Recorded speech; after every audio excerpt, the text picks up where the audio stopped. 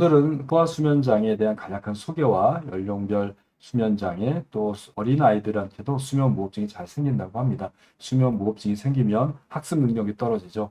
밤에 못 자니까 낮에 너무 졸리고 집중도와 기억력이 감퇴가 돼서 공부도 잘 못한다고 합니다.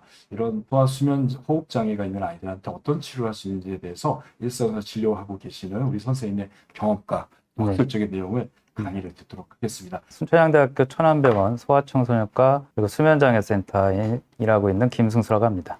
아무래도 이제 연령별로 그 소아청소년이라고 저희가 뭉뚱그려서 얘기하지만 연령별로 이제 스펙트럼이 다양하기 때문에 흔하게 볼 수 있는 또 수면 장애들이 다른데요. 아무래도 제일 처음 만나게 되는 거는 이제 불면증, 인솜니아입니다. 0세에서 1세 사이에는 21% 정도의 아이들이 이런 인솜니아, 주로 이제 부모님이 호소를 하겠죠. 연령이 이제 증가할수록 6% 정도까지 떨어집니다. 특징적인 건 이제 발달 지연이 있는 아동들은 거의 한 70에서 80% 정도가 이런 불면증 내지는 수면의 어려움을 겪고 있는 걸로 나타나고 있고요. 그 다음으로는 이제 2세에서 8세 사이에 아데노이드랑 편도가 가장 커지는 시기이기 때문에 폐쇄성 수면 무호흡이 이 시기엔 또 많이 나타나게 됩니다. 그리고 이 시기를 지나가면 이제 청소년기에는 주로 이제 하지불안 증후군이나 아니면 이제 수면 이상 지연 증후군 같은 질환들이 많이 나타나게 되고 14.7세 청소년 시기에 기면병의 첫 호발 연령이 위치하고 있습니다. 그래서 폐쇄성 수면 무호흡이 아무래도 연구도 제일 많이 되고 있고 환자도 제일 많기 때문에 먼저 좀 얘기를 드리면 가장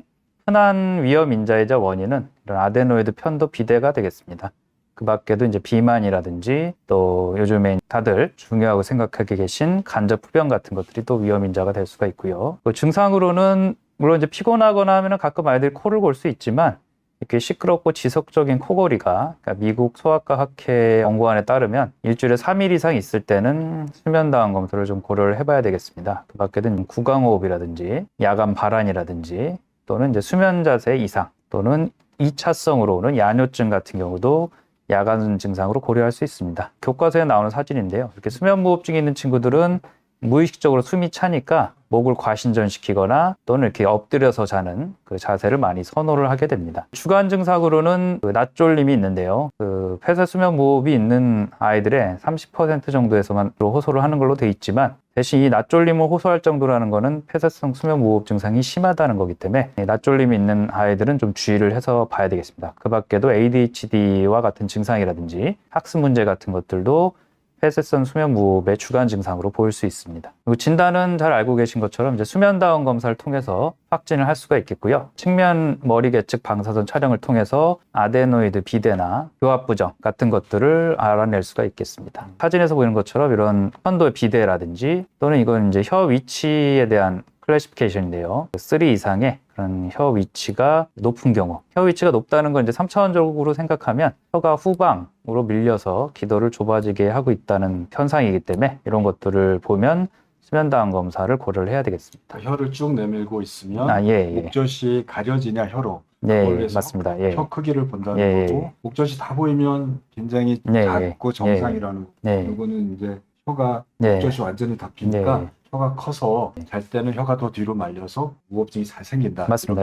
근데 대부분 아이들이 이제 상대적으로 혀의 크기가 크기 때문에 클래스 2 이상 보이는 경우가 많습니다. 아이들이 혀가 더 크나요? 상대적으로 이제 턱이 작아서 그렇죠. 구강 크기도 작고 턱도 작고 그래서요. 그래서 성인하고는 좀 틀린 게 아데노이드 편도 비대가 위험 인자이자 원인인 경우가 많기 때문에 성인 같은 경우는 이제 상기도 양압 치료가 첫 번째 선택이지만 소아 같은 경우는 아데노이드 편도 절제술이 첫 번째 치료 옵션입니다. 근데 이제 우리가 고려해야 될 것은 수술 후에 25% 이상에서 재발을 하기 때문에 특히나 이제 비만이 있거나 아니면 이제 연령이 만 7세 이상인 경우는 50% 이상에서 재발을 할 수 있기 때문에 아데노이드 편도 절제술 후 수면 무호흡증이 재발되는지를 최소한 3개월 이후에 한 번 정도는 좀 체크를 받는 게 좋겠고요. 아데노이드 편도 절제술에 적응이 안 되거나 아니면 이제 수술 후 재발한 경우는 성인과 마찬가지로 상기도 양압 치료를 고려를 할 수가 있습니다. 이렇게 이제 양압기를 예쁘게 할 수가 있고요. 아이들도. 이쁘네요. 그리고 그 다음에는 이제 영악류하기의 이제 불면증인데요. 크게는 이제 두 가지. 어떤 수면 개시 연관형은 주로 좀 더 어린 연령에서 나타나는 타입이고 수면 개시, 수면 시작과 관련돼서 잘못된 습관, 가령 뭐 수유를 한다든지 안아서 재운다든지 하는 이런 잘못된 습관 때문에 수면 연관의 조건화가 된 경우 나타나고요. 좀 더 그 연장해서 나타나는 취침 시간의 통제 결여형. 그러니까 취침 시간에 일정한 통제를 보호자가 제공을 하지 않는 경우에는 잠자리에 들기를 거부하는 형태로 나타납니다. 그리고 이 두 가지가 동시에 나타나는 혼합형도 있습니다. 제일 조심해야 되는 거는 그 아이들마다 타고난 수면 시간이나 습관이 있습니다. 요거를 잘 맞춰서 시작을 하는 게 중요하고요. 졸리지 않은 시간에 이런 수면 습관을 시작하게 되면 오히려 또 수면에 대한 저항을 키울 수가 있기 때문에 타고난 수면 시간을 먼저 잘 관찰하시고, 아마 부모님들은 다 아실 겁니다. 우리 아이가 어떤 때 좀 졸리구나. 가령 뭐 엄마 아빠한테 와서 좀 안긴다든지 아니면 좀 칭얼댄다든지 이런 졸리다는 사인을 나타낼 때 시작하시고, 요게 이제 익숙해지면 그 다음부터는 이제 하루에 15분 정도씩 시간을 원하는 시간까지 당겨가면 됩니다. 그리고 이제 매일 밤 똑같은 수면 습관을 일정하게 반복을 하는 게 중요하고요. 그 복잡한 활동일 필요는 없고 매일 하시는 것처럼 목욕이나 뭐 양치질, 잠옷 입기, 책 읽어주기 이런 간단한 활동들 매일 무리 없이 할 수 있는 3-4개의 짧은 활동들을 조합해서 하시면 되고, 제일 마지막 단계는 이제 아이가 선호하는 거, 책 읽어주기라든지 이런 선호하는 활동을 잠자리에 누워서 하면 되겠습니다. 그리고 또 강조하고 싶은 거는 혼자 재우기인데요. 물론 이제 우리나라나 이런 동양권의 육아 문화상 사실 같은 방에서 자는 것까지 무리하게 미국이나 유럽처럼 다른 방에서까지 잘 필요는 없다고 생각은 하지만 최소 침상이나 침대는 좀 따로 쓰는 거를 권장을 하고요. 그리고 재워서 눕히는 것보다는 눕혀서 스스로 잠들게 습관을 만들어주는 게 중요합니다. 그 다음에 이제 청소년기에 많이 보이는 수면 위상 지연 증후군이 있는데요. 말 그대로 이제 수면 위상, 그 수면 시간이 늦춰져 있는 경우입니다. 이런 친구들은 평균적으로 보면 새벽 2시에서 6시 사이에 잠이 들고 일어나는 시간도 아침 10시에서 2시, 오후 2시 사이에 평균적으로 일어나기 때문에 낮졸림이 심해지고요. 특히 불면증하고 구별되는 특징은 충분히 잠을 잘 수 있는 방학이나 주말에는 낮졸림이 호전이 된다는 게 불면증하고는 차이입니다. 근데 생각보다 많은 청소년들이 이런 수면 위상 지연 증후군이 있고, 특히나 우리나라나 일본이나 싱가포르, 중국 같은 이런 아시아권 국가들이 전체적으로 좀 이런 수면 위상 지연 증후군이 심한 걸로 학계에서도 좀 유명합니다. 그리고 이제 치료는 이제 적절한 수면 스케줄을 지도를 해야 되는데, 중요한 건 이제 대부분 이런 시기에 청소년들은 자기 주도성이 강하기 때문에 현실적으로 어떤 시간대에 잘 수 있는지를 잘 상의하고 설득을 해서 시작을 해야 됩니다. 무조건 이렇게 시간만 제시한다고 해서 아이들이 따라오질 않기 때문에 왜 자야 되는지와, 그리고 현실적으로 학교 스케줄이나 이런 걸 고려했을 때 몇 시에 잘 수 있는지를 잘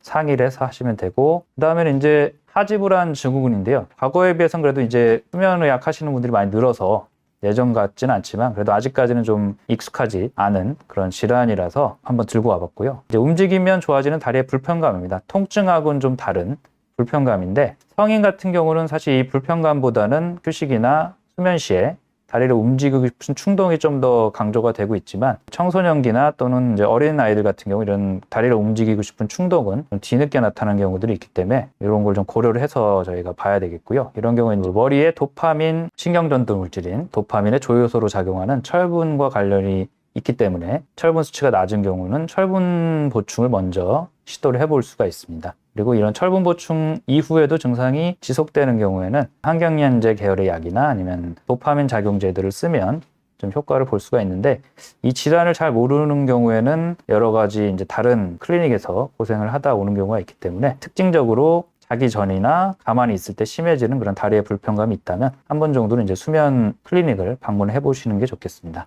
그리고 이제 주기적인 사지 운동 장애가 또 있는데요. 이거는 이제 주로 자는 동안에 좀 많이 움직인다고 부모님들 보고를 하시는 그런 형태의 수면입니다. 근데 이게 문제가 되는 거는 낮졸림이 심할 경우에 이걸로 인해서 수면 리듬이 많이 붕괴가 되는 경우에는 병으로 생각을 해야 되고, 이런 경우는 이제 수면 다운 검사를 통해서 주기적인 사지 운동 장애 단독적으로 존재를 하는 건지 수면무호흡증 같은 다른 질환과 같이 공존하는지를 봐서 진단해 줍니다. 그리고 새롭게 2021년에 제한된 수면불안 장애라는 병도 있는데요. 앞서 보여드린 주기적 사지 움직임에 비해서 좀 더 큰 근육들을 움직이는 그러한 이제 수면 장애고, 역시 이제 수면 붕괴로 주간 생활에 지장이 되는 경우에 이제 진단을 고려를 해볼 수가 있습니다. 그리고 기면병 같은 경우는 흔하지는 않지만 어쨌든 청소년 시기에 첫 증상이 많이 나타나는 증상이고, 이제 과도한 낮 졸림이 특징적인 증상입니다. 그래서 저도 제가 봤던 환자들 보면 대부분 낮졸림이 너무 심해서 일상생활이 안 되고 학교를 다니지 못하는 경우들이 대부분입니다. 그 정도로 이제 자도 졸린 거죠. 그리고 이제 탄력 발작, 웃거나 화낼 때 이제 힘이 빠지는 증상인데 성인들처럼 이렇게 전신적인 탄력 발작을 보이는 경우도 있지만 넘어지거나 주저앉는 것처럼. 하지만 이제 얼굴 부위에 입이 벌어진다든지 아니면 이제 목 근육에서 목만 떨어진다든지 이런 식의 탄력 발작을 먼저 보이는 경우가 많기 때문에 혹시 이제 웃거나 화낼 때 입이 벌어지거나 아니면 목이 의도치 않게 떨어지는 경우 역시 탄력 발작으로 좀 의심을 해볼 수 있고, 이런 경우는 이제 병원에 가시기 전에 의심되는 탄력 발작 증상을 동영상으로 찍어서 보여주시면 경련과 감별하는 데 좀 많이 도움이 되니까 이걸 좀 참고해 주시면 좋겠습니다. 그래서 기면병 같은 경우는 충분한 수면을 취하고 있는지를 먼저 보고 수면다한 검사나 반복적 수면 잠복기 검사를 해야 되기 때문에 수면 일지와 활동 기록기를 통한 그런 수면의 리듬을 꼭 확인을 해야 되겠고요.